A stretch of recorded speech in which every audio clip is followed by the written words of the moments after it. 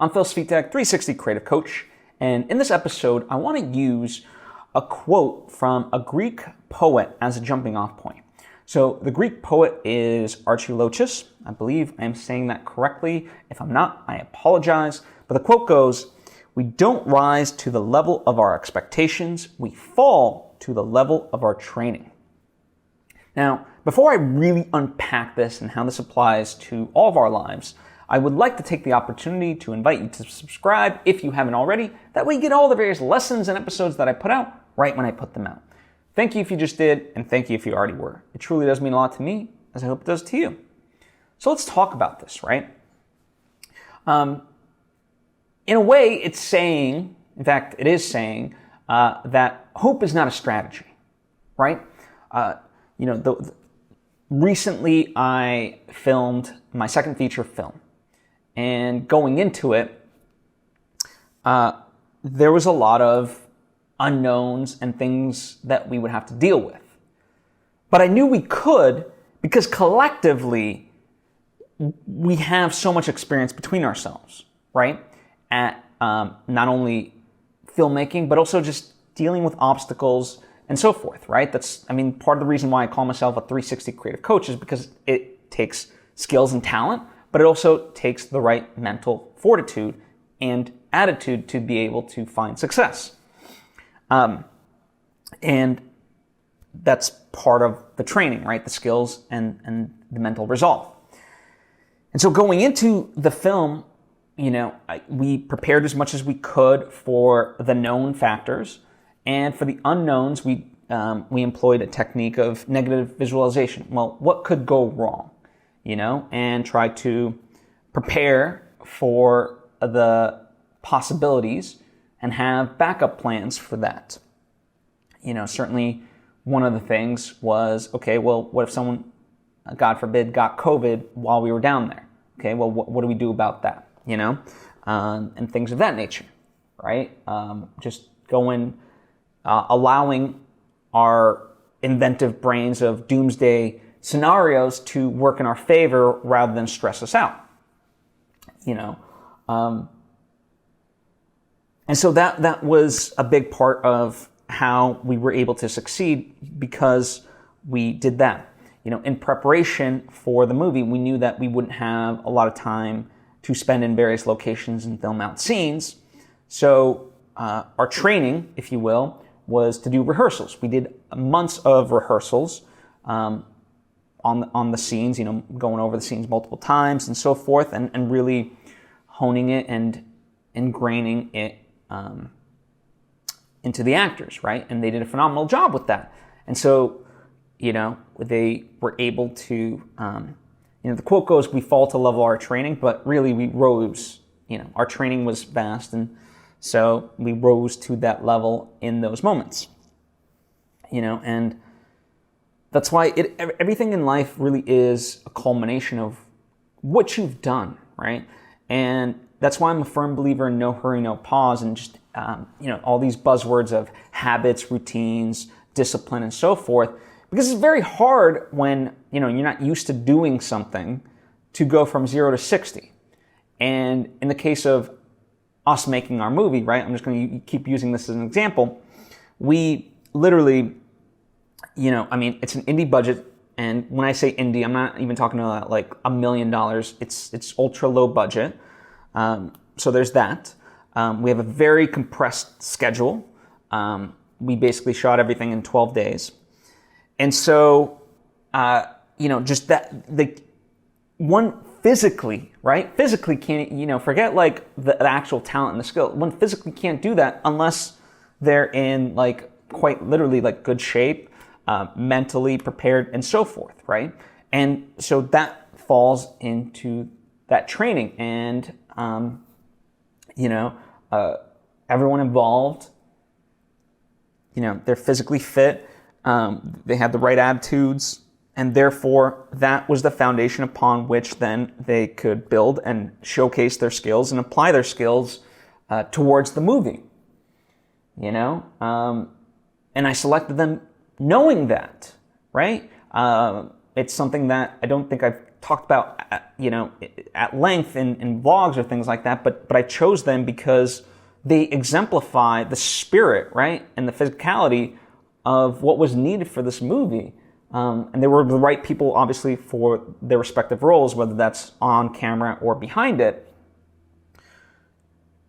But that was, I was looking at that like, if you will, I'll just keep using the term training, like what has their training been like? What has my experience interacting with them in a professional environment been like?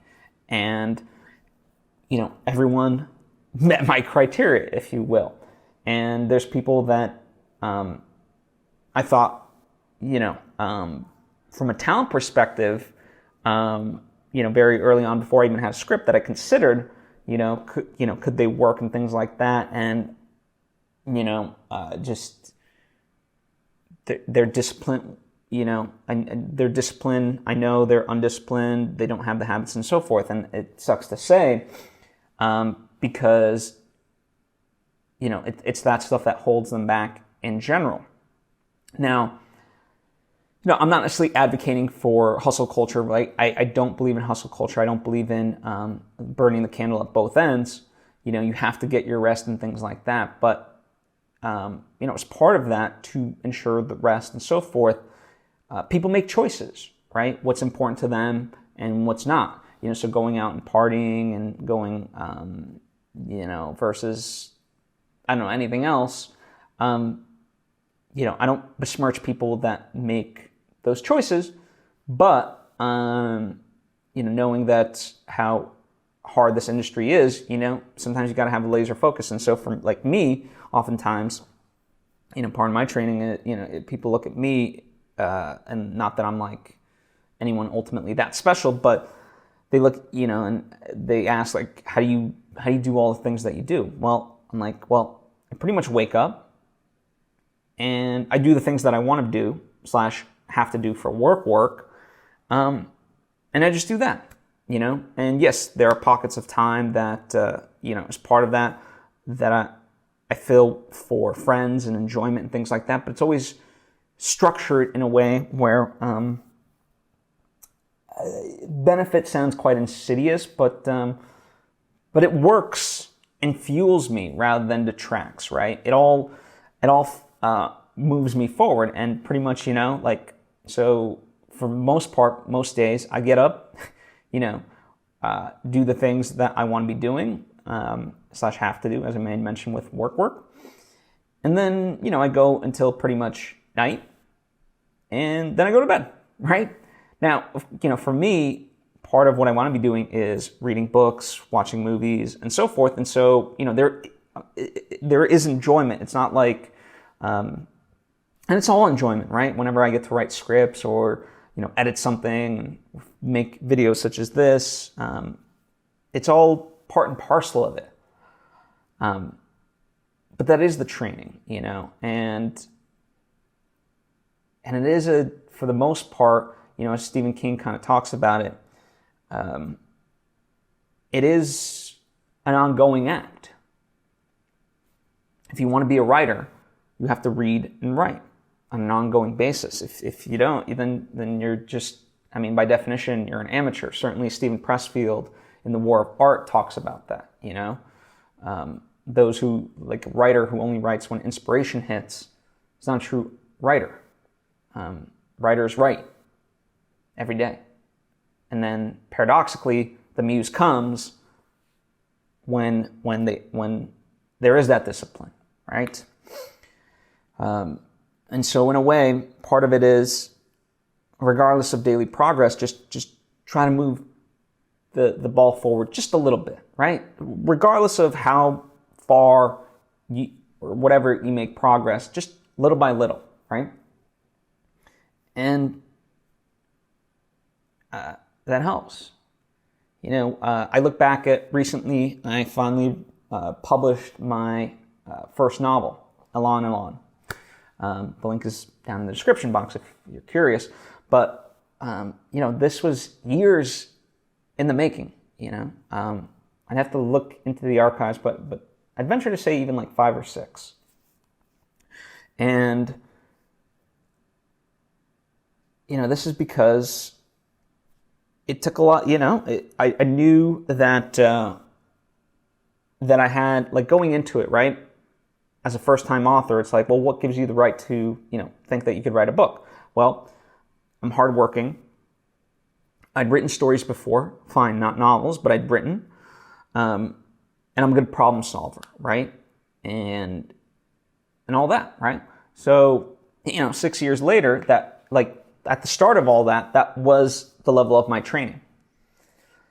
And, as I progressed, I made goals and rules for myself and sought help and advice and essentially picked up more training along the way, right? I was, as part of, quote, that training, my novel is a coming-of-age story, so I basically made it a point to read as many coming-of-age stories as I could to learn, sentence structure and story structure and various tropes and, what resonated with audiences versus what didn't, all this different stuff. And I would work with my editors, sculpting the story, working on just the grammar and the best way to write sentences and stuff like that. Like I really looked at it in that way.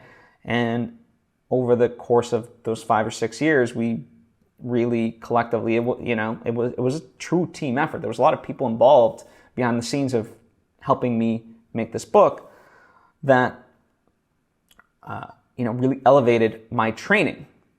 And so the novel is a representation of all that hard work that went into it, because yes, while it was always my intention to write a great novel, as the quote goes, we don't rise to the level of our expectations, we fall to the level of our training. And so I knew I had to really put in that training.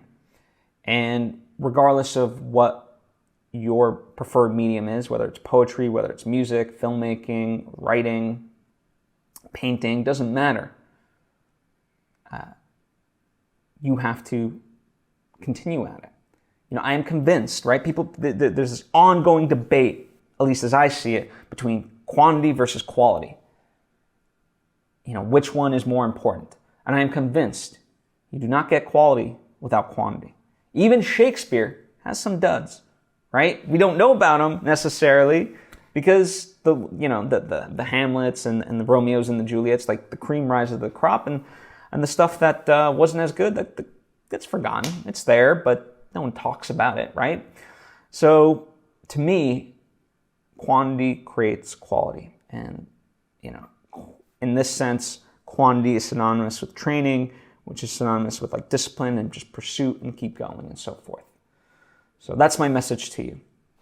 We don't rise to the level of our expectations. We fall to the level of our training. So like Rocky, train hard. Thank you so much. If you have any questions or thoughts of your own about this, please share them down in the comment section or hit me up on social media at Svitek. I would truly appreciate it and love to converse with you on a more meaningful level. Also, throughout this episode, I've made mention of my various artistic projects. You can check those out. The links are down in the description. There's my novel, Elan Elan. There's my nonfiction book, Master Mental Fortitude.